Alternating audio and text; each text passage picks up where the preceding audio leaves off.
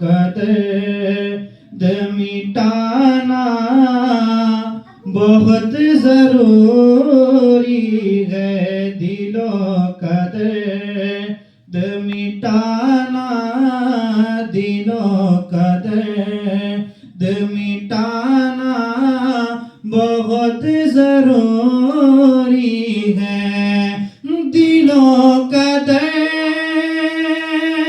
مٹانا بہت ضروری ہے، دلوں کا درد مٹانا بہت ضروری ہے، حسینیہ حسینیہ منانا بہت ضروری ہے، حسینیہ منانا بہت ضروری ہے، حسینیہ منانا بہت ضروری ہے، دلوں کا درد مٹانا بہت ضروری ہے۔ اور یہ شعر پڑھا مولانا فرمائیں، حسین دین ہے اور دین کی پناہ بھی ہے، حسین دین ہے اور دین کی پناہ بھی ہے، حسین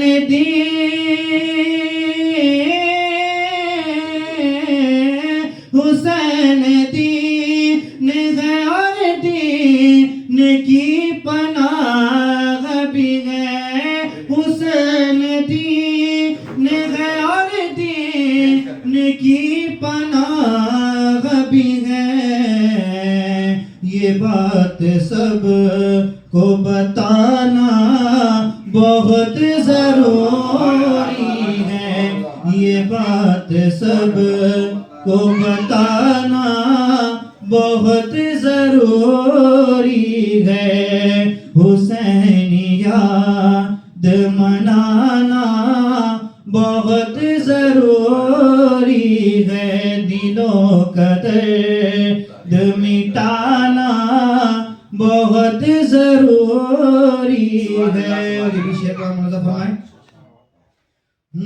یہ بولے حضرت عباس میرے بھائی حسین، یہ بولے حضرت عباس میرے بھائی حسین، یہ بولے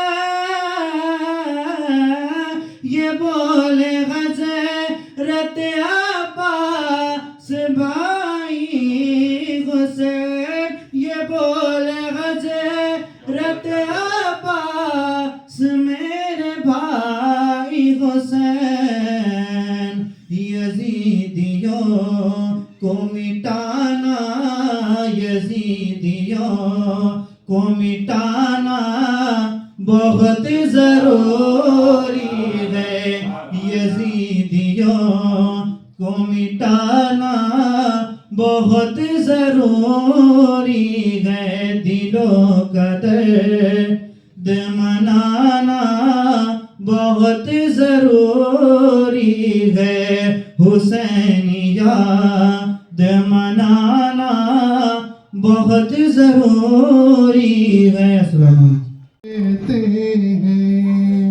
فراز علم و ہنر کو حسین کہتے ہیں، ہوا جو سامنا دونوں کا پھر پتہ یہ چلا، ہوا جو سامنا دونوں کا پھر پتہ یہ چلا، یزید زیر زبر کو حسین کہتے ہیں، دنیا سمجھ نہ پائے گی دنیا سمجھ نہ پائے گی عظمت حسین کی دنیا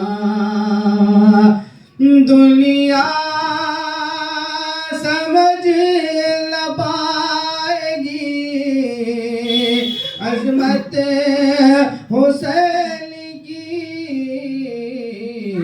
دونوں جہاں میں ہوتی ہے دونوں جہاں میں ہوتی ہے شہرت حسین کی دونوں جہاں میں ہوتی ہے شہرت حسین کی دنیا سمجھ نہ پائے گی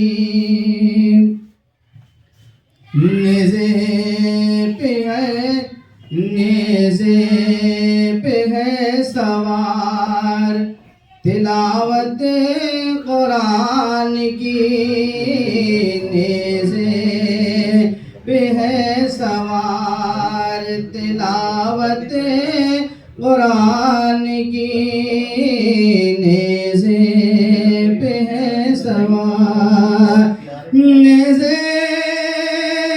پہ ہے سوار تلاوت قرآن کی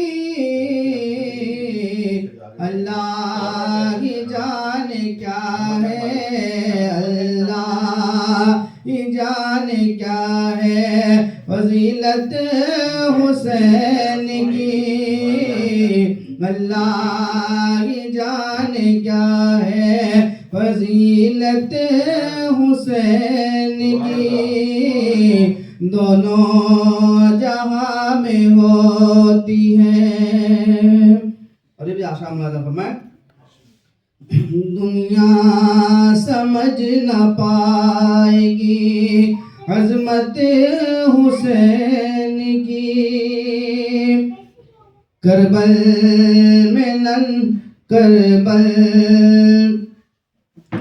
دنیا سمجھ نہ پائے گی عظمت حسین کی دنیا سمجھ نہ پائے گی کوثر کا جام مل نہیں سکتا یزید کو کوثر کا جام مل نہیں سکتا یزید کو کوثر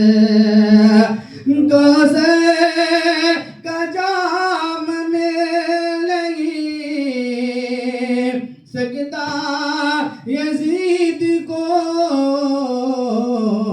محشر کے روز ہوگی محشر کے روز ہوگی قیادت حسین کی محشر کے روز ہوگی قیادت حسین کی دنیا سمجھ نہ پائے گی عظمت حسین کی دنیا سمجھ نہ پائے گی کہ نبی صلی اللہ علیہ وسلم کو ملی تھی وہ عبادت پر ساری عبادتوں پر پوری دنیا کی امتیوں کی عبادت قربان ہو کہ وہ عبادت کیسی ہوگی کہ آقا نعمت صلی اللہ علیہ وسلم کے پشت پر حضرت امام حسین بیٹھے ہوئے ہیں آقا سجدے میں ہیں سجدے کی حالت میں بیٹے کا بھی خیال آ رہا ہے بیٹے کا فرزند کا بھی خیال آ رہا ہے امام حسین کے بھی خیال آ رہا ہے اور زبان پر اللہ رب العزت کے تسبیحات اللہ رب العزت کے تسبیحات ہیں اور خیال بھی آ رہا ہے ہماری نمازوں کا تو یہ عالم ہے کہ اگر ہم نے اپنی نماز کی حالت میں کسی اور طرف اپنے خیال کو لے دیا تو ہماری نماز میں کراہت ہو جاتی ہے لیکن نبی کا حال یہ ہے کہ نبی کی نماز میں امت کا بھی خیال آ جاتا ہے, نبی کی نماز میں اپنے نواسے کی بھی خیال آ جاتا ہے, لیکن پھر بھی وہ عبادت وہ افضلیت کا مقام رکھتی ہے کہ اس کے ایک سجدے کی برابر بھی, ایک لمحات کی برابر بھی پوری دنیا کی امتوں کی عبادت بھی اس کے برابر ہی نہیں کر سکتی.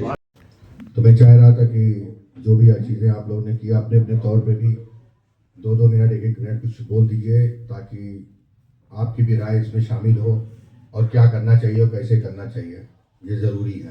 کیا کریں گے ہم, اور ہم لوگوں کو کیا کرنا ہے آگے کیسے کرنا ہے. تو اس طرح سے چاہے شب برات کے حوالے سے, چاہے وقت کے متعلق بات ہوئی ہے, اور چاہے دیگر اور بھی مسائل محمدی مشن کے جلوس محمدی یا جشن محمدی کے متعلق اپنی اپنی تھوڑی بات کر کے اس بات کو ختم کریں تاکہ ہم لوگ جو ہیں آج کی اس محفل کا اختتام کریں. کہ اس امت کے ساتھ سب سے بڑا المیہ یہ رہا کہ ہمارے جلسوں میں, ہماری محفلوں میں اہل بیت کی محبت کے نعرے تو خوب لگے, اور جہاں تک میں نے غور کیا تو آپ جب غور کریں گے پتہ لگے گا کہ ہم لوگ صرف دعویٰ کرتے ہیں کیونکہ اس سے ہمارا مفاد جڑا ہوا ہے. ہم محبت کا دم بھی اسی کے لیے اسی سے بھرتے ہیں جس سے ہمارا کوئی مفاد یا فائدہ جڑا ہوا ہے. بہت خوب. اور دینی فائدہ تو بڑی چیز ہے, دین کو تو ہم لوگوں نے پس پشت ڈالا ہوا ہے, اب مکمل مفاد دنیاوی جڑا ہوا ہے. ایک ایگزامپل بہت آسانی کے ساتھ کہ آپ کبھی بھی کہیں بھی تجربہ کر لیں, ہمیں آل رسول سے محبت کا حکم دیا گیا,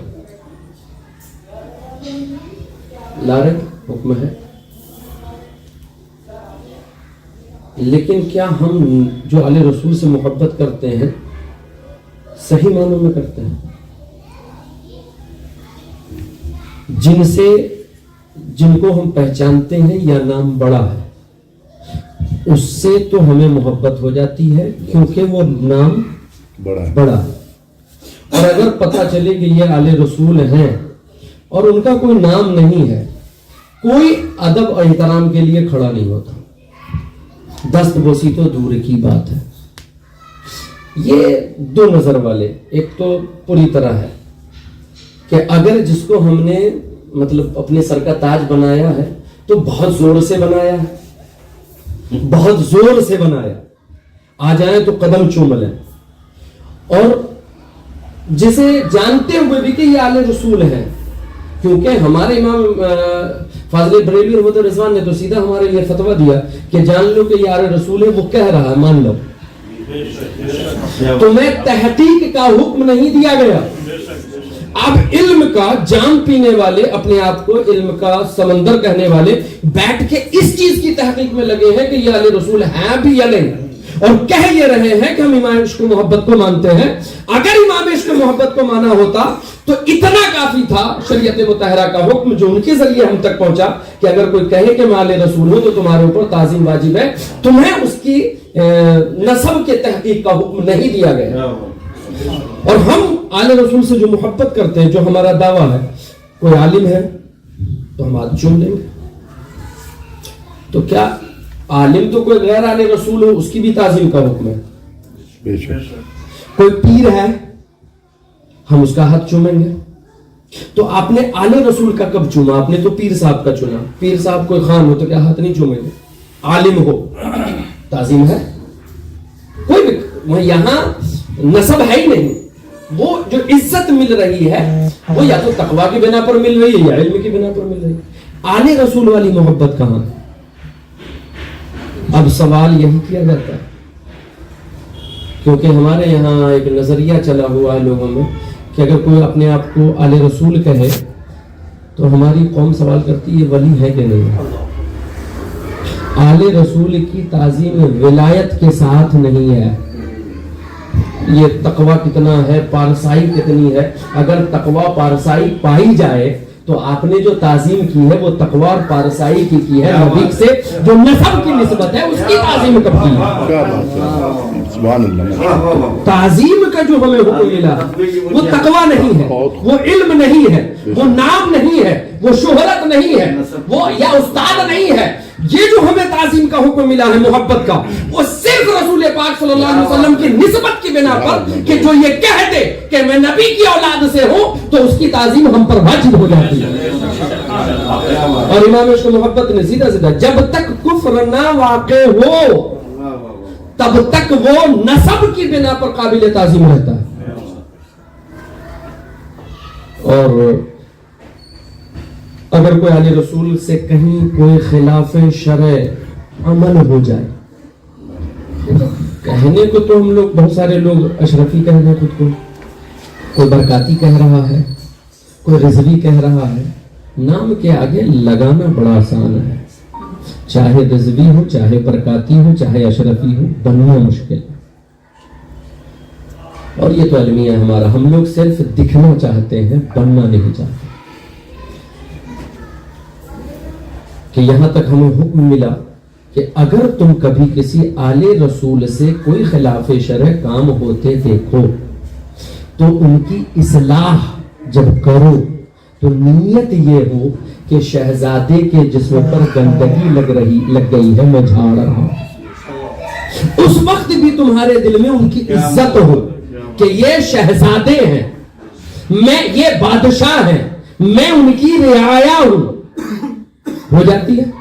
اور آل رسول کی تعظیم جو ہمیں حکم ملا ہے وہ صرف ایک بنا پر کہ نبی پاک صلی اللہ علیہ وسلم سے نسبت ہے تو ہمیں تعظیم کرنی ہے، محبت کرنی ہے. ایک تو یہ اس کو بھی مکمل طور پر ہمارے دلوں میں صاف ہو کہ آل رسول کی تعظیم ہے جب تک کفر نہ واقع ہو. اور تعظیم کا طریقہ ہمارے یہاں لوگوں نے بنا رکھا آئے ہاتھ چوما، اور یقین مانیے جب لوگوں سے آپ ملیں گے تو پتہ لگے گا کہ میں نے سامنے ہاتھ چومنے والے کو پیچھے ایڈجوئی کرتے ہوئے دیکھا. سامنے آئے تو ہاتھ چوم لیں گے، اب پیچھے برائی کر رہے ہیں. کس کام کا تیرا ہاتھ چومنا؟ کیوں چوما؟ محبت کسی ہاتھ چومنے کی محتاج نہیں ہے. اور اللہ کی بارگاہ میں یہ نہیں دیکھا جائے گا کہ دنیا تمہیں ہاتھ چومتے دیکھتی تھی کہ نہیں، کسی کی گواہی نہیں مانی جائے گی، ان سے گواہی نہیں لی جائے گی کہ تم نے آل رسول کا ہاتھ چوما تھا کہ نہیں. رب تبارک و تعالی یہاں دیکھتا ہے کہ تیرے دل میں آل رسول کی عظمت ہے یا نہیں، محبت ہے یا نہیں. اسی پر حساب ہوگا. اور یہ آپ دنیا سے چھپا سکتے ہو، جس رب کو حساب دینا ہے اس سے چھپا نہیں. تو یہاں ہونی چاہیے جو حقیقت ہے کہ اور اگر کسی سے ہمیں محبت ہے یا کسی کی ہمارے دل میں عزت ہے تو یقین مانیے جس کے آپ کے دل میں یا ہم میں دل میں جس کی بھی عزت ہے، اگر ہم کو اس سے کوئی ناراضگی بھی ہے تو عزت کا تقاضا یہ ہے کہ ہم سامنے بیٹھ کر کے حضرت آپ کی یہ بات سے میں تھوڑا ناراض ہوا تھا، لیکن کیونکہ میں خادم ہوں ناراض ہونے کا حق نہیں ہے. بہت طریقہ. لیکن اگر آپ کسی بات سے ناراض ہیں اور آپ بیک میں اس کا تذکرہ کر رہے ہیں تو ظاہر سی بات ہے کہ آپ کے دل میں کوئی عزت نہیں، آپ صرف عزت دکھانا چاہ رہے ہیں، دل میں موجود نہیں. ایک تو یہ بات. دوسری بات کہ عموماً امام حسین کا تذکرہ آتا ہے تو کربلا کا نقشہ سب کے دماغ میں گھوم جاتا ہے، لیکن اس امت کا ایک اور رنگ ہے. امام حسین پر جو ظلم ہوا اس کا تذکرہ ہوتا، لیکن کبھی اٹھا کر کے تاریخ پڑھیں کلیجہ منہ کو آئے گا. کربلا سے لوٹے حضرت امام زین العابدین، پوری زندگی گزری ہے، آپ سیرت پڑھ لیں، پوری زندگی بندہ نہیں ہنسا.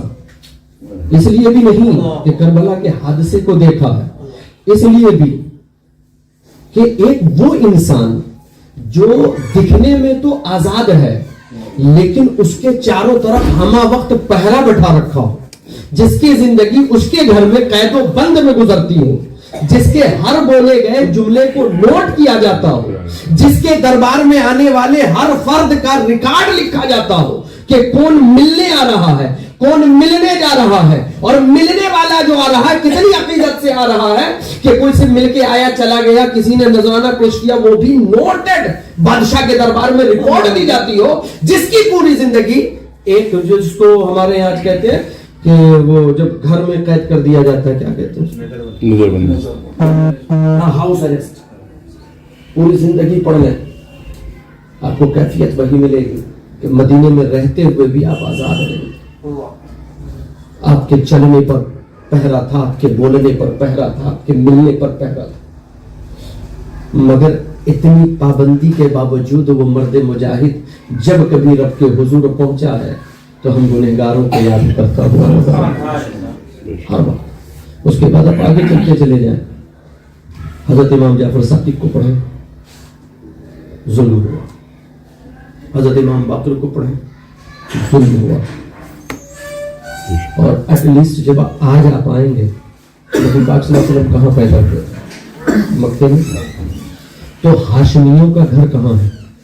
پیدائشی گھر مکہ شہر.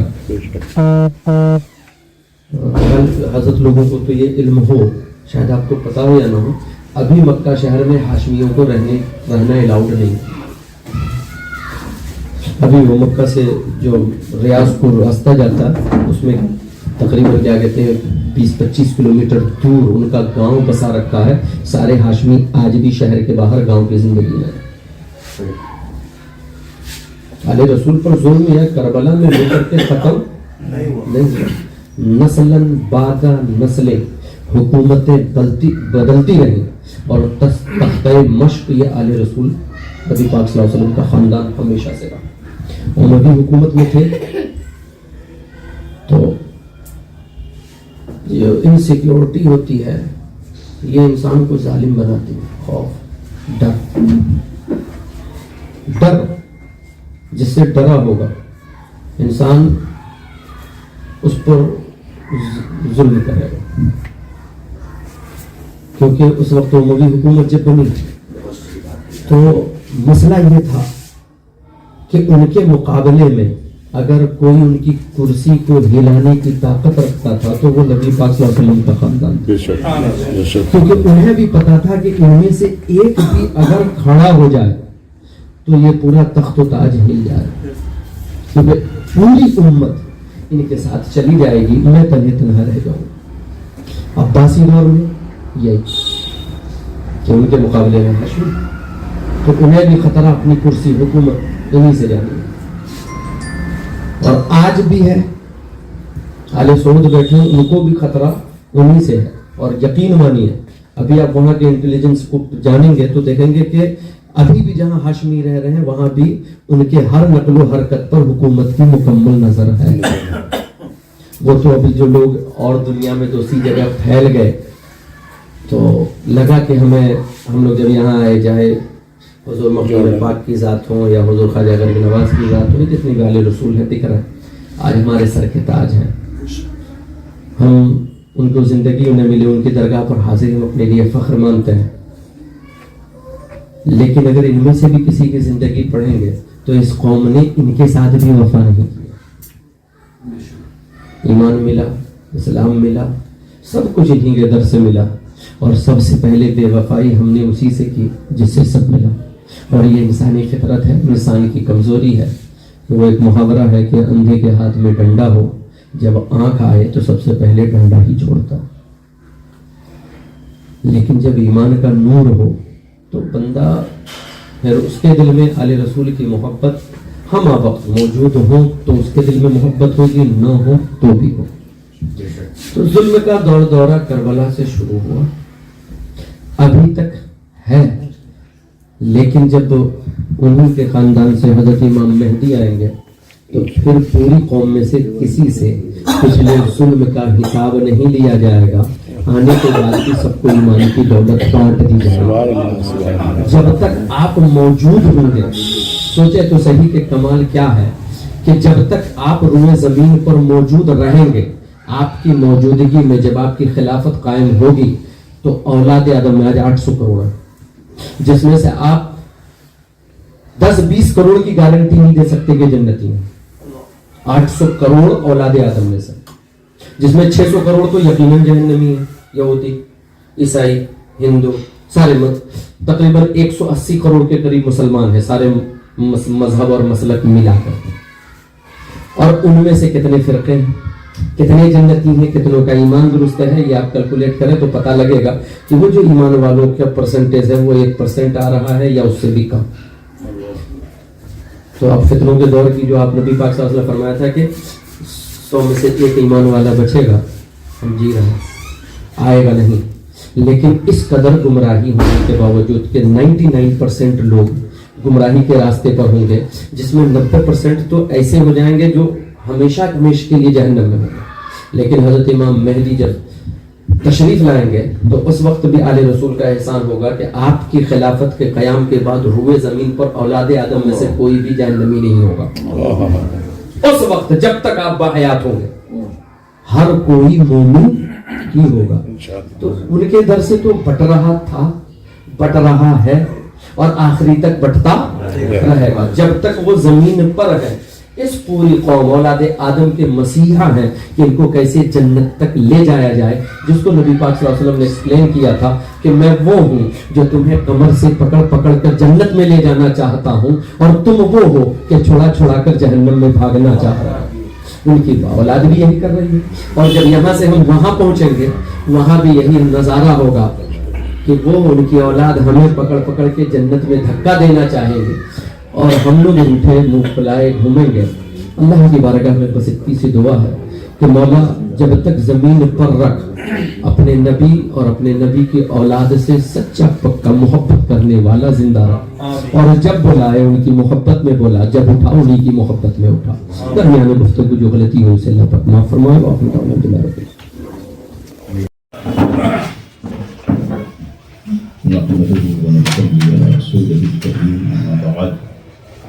أعوذ بالله من الشيطان الرجيم. بسم الله الرحمن الرحيم.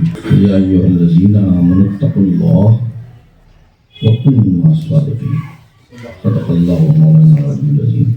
جتنے بیانات ہوئے، بیان کا ایک سار اگر سمرائزڈ وے میں کہا جائے، ایک طرف یہ نظر آتا ہے کہ کربلا کے میدان پہ امت محمدیہ کو قیامت تک کے لیے یہ میسج دیا گیا کہ جان لو حسین دین، اور اس خیمے میں، اور اس خیمے نے بھی میسج دیا، ہم کو پہچان کرا دی کہ وہ لوگ جو اس میدان میں جنہوں نے حسین کو دین مان لیا اور جو حسین کے ساتھ ہو گئے، تو وہ قیامت تک کے لیے ایسے نقوش، ایسے راستے ہمارے لیے بنا گئے جو ہماری لیے جو رہنمائی کر رہے ہیں.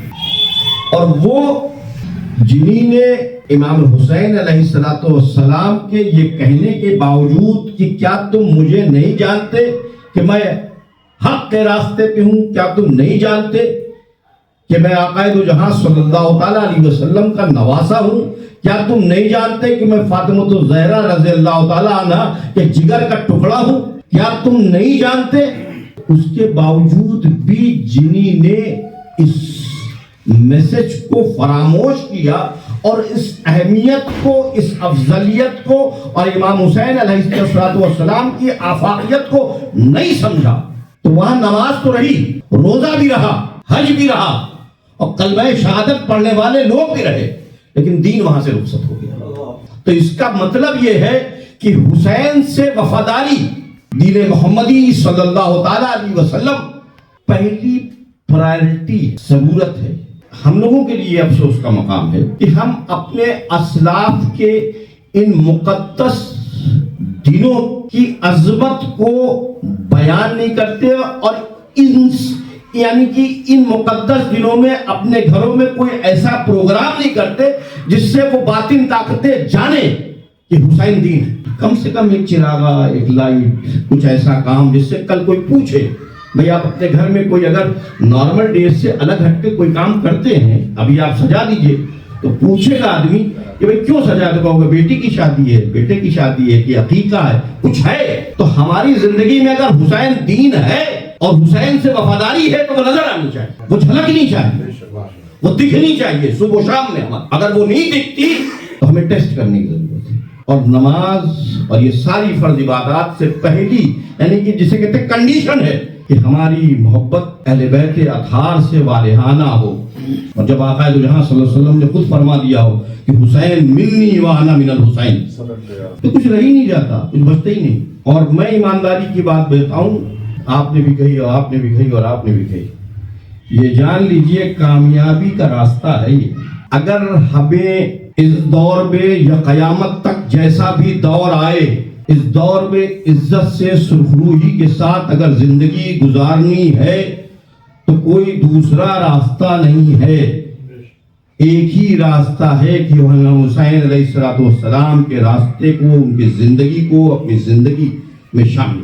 جیسی بھی حکومت ہو, جیسا بھی ماحول ہو, اس ماحول میں حق کے پرچم کو بلند رکھنا یہ حسینیت ہے.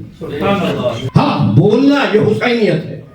حق کے راستے پہ چلنا یہ حسینیت ہے. آج ہم چھوٹے چھوٹے سے مواقع کی بنیاد کے اوپر اپنے راستے بدل دیتے ہیں, ہمارے بیانات بدل جاتے ہیں. صبح کچھ ہوتا ہے, شام کچھ ہوتا ہے, رات کچھ ہوتا ہے. ابھی جو موجودہ حالات ہیں کسی بھی سویلائزیشن کی, کسی بھی تہذیب کی, کسی بھی سوسائٹی کے لیے, اس سوسائٹی کو میں اچھائی اور برائی کی خرابی کو جج کرنے والی جب تک انسٹیٹیوشنز اگر ایماندار اور دیانتدار نہ ہوں تو پھر سوسائٹی میں زوال آتا ہے, فیئر آتا ہے. آج افسوس یہ نہیں کہ حاکم کیا کر رہے ہیں. حاکم ہر دور میں اپنی ستا کو برقرار رکھنے کے لیے, ستا میں بنے رہنے کے لیے, طاقتور بننے کے لیے ظلم و زیادتی اور ناانصافیاں کرتے رہے. لیکن عدل کرنے والے جو ادارے تھے وہاں ایسے لوگ ہمیشہ ہر دور میں رہے جنہی نے انسانیت کو جلا بخشی اور اس کے حقوق کی بازیابی کرنے کا نعرہ ہر دور میں بلند کیا. آج جو مایوسی ہے, اس مایوسی کی ایک بڑی وجہ یہ ہے کہ عدلیہ وہ ان حاکموں کے ماتحت, اور اس کی ایک تصویر نظر آئی کہ جس میں نہ ہمارا کوئی رول ہے نہ آپ کا کوئی رول ہے. سنبھل میں ایک بچے کو گولی لگی اور اس نے اپنے بچے کی زندگی کو کسی طرح بچایا, اور وہ میرٹھ میں جا کے اس نے ایک اسپتال میں علاج کرایا اور اس کو بچا پانے میں قائم ہوا. اللہ تعالیٰ نے اسے زندگی عطا کی تھی, اس کو زندگی ملی, اس نے ہمت کی. پھر اس نے کس طریقے سے سازشن کانسپیریسی رچ کے ایڈمنسٹریشن نے جو ہے وہ ظلم و زیادتی کی, اس کی تصویر کو پیش کیا, اس کا بیان دیا, اس نے ریکارڈ کرایا. میں تو اس کی جرات کو سلام کرتا ہوں, یہی حسینیت ہے. اس کو معلوم تھا کہ ہم کس کے خلاف کھڑے ہو رہے ہیں. اس کی حیثیت بھی اتنی نہیں تھی, لیکن اس کے باپ نے اپنے بچے کو بیان کو سی جی ایم کے کورٹ میں درج کرایا اور اس کے لیے ریجڈ رہا, اور اس نے وہ سارے ثبوت جو وٹنسز ہوتے ہیں, یعنی کہ جو میڈیکل سپورٹس اور جو جتنی بھی چیزیں تھیں اور جو اس کے پاس تھی وہ سب چیزیں دی, اور کیونکہ وہ بچہ بچ گیا تو ظاہر سی بات ہے وہ گواہ بھی ہو گیا. اب جب سی جی ایم مجبور ہو گیا, آپ سوچیں کہ جب ظاہر سی بات ہے وہ سی جی ایم جو تھا وہ ایسا تو تھا نہیں کہ وہ اس کو قانون کی جانکاری نہیں تھی. جب اس نے اس سارے ثبوت اور ان ساری چیزوں کو دیکھا تو اس کی بنیاد کے اوپر اس نے یہ فیصلہ کیا کہ یہ جرم لگتا ہے, اور اس کے اوپر ضروری ہے کہ وہ لوگ جن کے یہ نام بتائے گئے ہیں ان کے اوپر جانچ ہو. کم سے کم جانچ ہونے میں جو پہلی پراتھمکتا ہے وہ یہ ہے کہ ایف آئی آر درج ہو. تو آپ سوچیں انصاف کہاں سے ملے گا؟ جس جج نے فیصلہ سنایا اس کو ٹرانسفر کر دیا. وہاں کا ایس پی جو ہے وہ وشنوئی صاحب کہہ رہا ہے کہ میں جو ہوں قطعی طور کے اوپر جو ہے وہ ہم ہائی کورٹ جائیں گے یا ہم اس کو نہیں مانتے. سوال یہ ہے کہ یہ ہمت تو جرت, یعنی کہ اپنے ہی قانون کو جہاں پہ وہ اچھا سمجھ رہے ہیں, جہاں ہمارے وہاں امپلیمنٹ کر رہے ہیں. جیسے کل ایک واقعہ ہو رہا تھا, آج اس کی تصویر آ رہی تھی دلی سے, کہ دلی میں وہ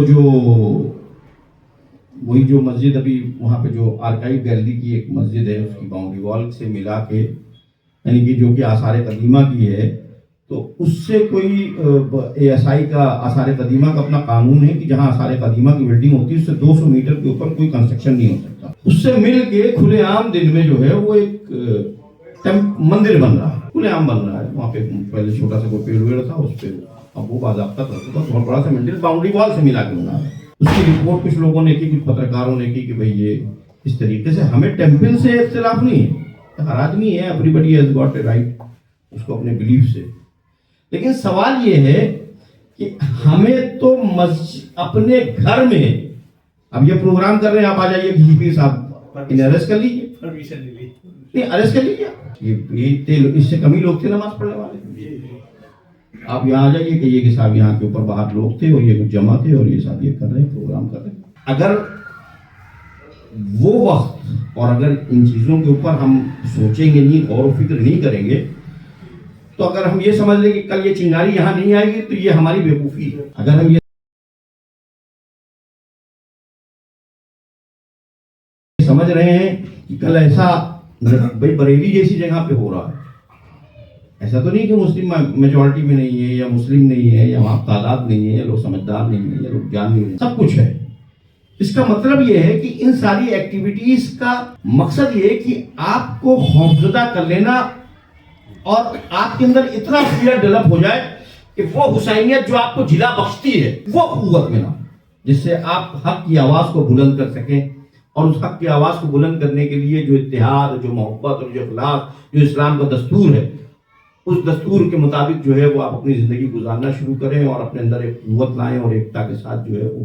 میں چیلنج کر رہا ہوں, کیسا وقت ہو کوئی بھی ہو, آپ صحیح رہیں گے اور حق بولیں گے اور حق پہ چلنے کی کوشش کریں گے تو یہ اپنے آپ, جو یہ کہہ رہے تھے نا وہ زبر و زیر کی بات, یہ اپنے آپ زیر ہونے چلیں گے اور ہم زبر ہوتے جائیں. تو زبر و زیر میں جو فرق ہے وہ ہمیں مینٹین کر کے رکھنا. ہمیں زبر بننے کے لیے زبر ہونا ہوگا, اور وہ زبر ایسے نہیں ہوگا کہ زبان سے ہم تقریر کرتے ہیں زبر ہو جائیں گے.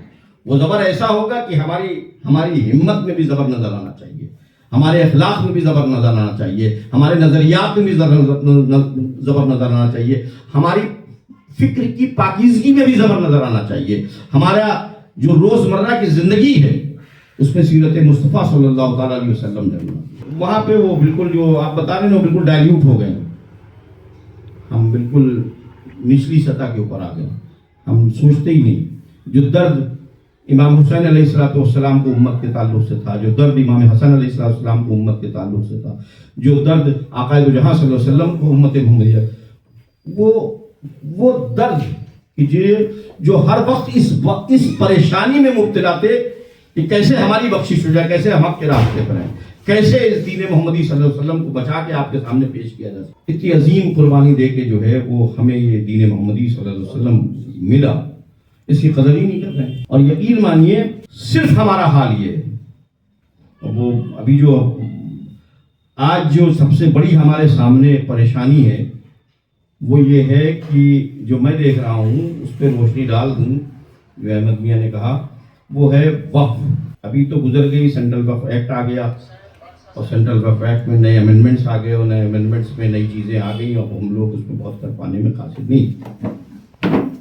میرے حساب سے جو میں نے انالیسس کیا اور ادھر ابھی 10-15-20 دن سے جو میں پورا یعنی کہ اتر پردیش کے لگ بھگ ہر خطے کے اندر کوشش کی ہم نے جانکاری حاصل کرنے کی, ابھی بھی جتنی مساجدیں, قبرستان, کربلا, خانقاہیں, آستانے یا اس سے وابستہ وقت کی جائیدادیں, میجورٹی آج بھی سنی اہل سنت والجماعت. میں بدایوں گیا, میں سنبھل گیا, میں بریلی گیا, میں امروہہ گیا, اور جن علاقوں میں آپ نہیں ہیں, کم تعداد میں جن چیزیں آپ کی ہیں یوز کو یہ کر رہا.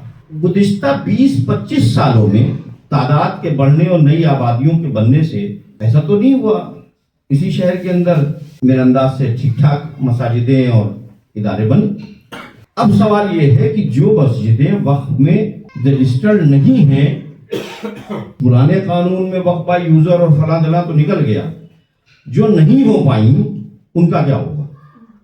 اور وہ چھوٹی موٹی تعداد نہیں, ابھی تو وقف بائی یوزر اور وہ جو پراپرٹیز ابھی خود ہوں گی وہ بے حساب ہوں گی, اس کا تو آپ نہیں دے دیجیے. ابھی تو جو نیا بنایا ہے وہ بچائیں گے کیسے؟ ہمیں تو تعجب یہ ہے, ایسا سکوت اور ایسی خاموشی ہماری کمیونٹی کے یعنی کہ انٹلیکچوئل کمیٹی میں بھی, علماء میں بھی, مشائخین میں بھی, civilise section of the society میں بھی ایسا ثبوت ہے جیسے لگتا ہے اس سے کوئی ہماری وابستگی نہیں ہے, ہمارا کوئی مسئلہ ہی نہیں ہے. اور کل جب بلڈوزر آ رہا ہے تو پھر ہم ایک سوالیہ نشان اسی علاقے کے لوگ, کیونکہ کوئی آپ کی کلب ہی نہیں ہے, کوئی جان نہیں رہا ہے, کوئی معاملات نہیں سمجھ رہا ہے, کوئی پڑھ نہیں رہا ہے, کمیٹی ڈر رہی ہے, کوئی سامنے. اچھا اب جب ایسا جو معاملہ آ جاتا ہے تو کمیٹیوں کا حال یہ ہے کہ کوئی نہ صدر سامنے آتا ہے نہ فلاں سامنے آتا ہے. امام صاحب کہتے ہیں ہم تو خالی پڑھا رہے ہیں, ہمیں تو معلوم نہیں معاملات جو ہیں وہ کمیٹی جانے, صاحب یہ جانے. اور وہ معلوم ہوا ایک آدمی کو انہوں نے, وہ ایک اکیلا آدمی اور کوئی مرد آیا بھی تو وہ چلاتا رہا. اس کے لیے تدبیر کیا ہے؟